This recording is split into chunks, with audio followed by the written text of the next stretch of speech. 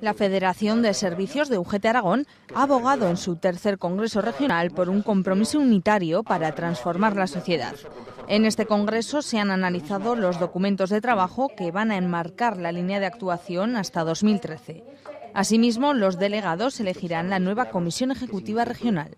Sin duda está habiendo una afectación muy importante al sector de los servicios. Primero fue el sector de la construcción, después la industria y finalmente, como ya anunciaba la Unión General de Trabajadores, afectaría de manera potente al sector servicios. Lo está haciendo en un deterioro del empleo, de un empleo precario a veces, temporal, a través también de expedientes de regulación y también por una desregulación o una mayor agresividad empresarial de precarizar las condiciones de trabajo, con excesos de jornada, con salarios bajos, con deterioro e incumplimiento muchas veces también de los convenios. La FES es la federación más representativa en la comunidad aragonesa, con un centenar de delegados sindicales.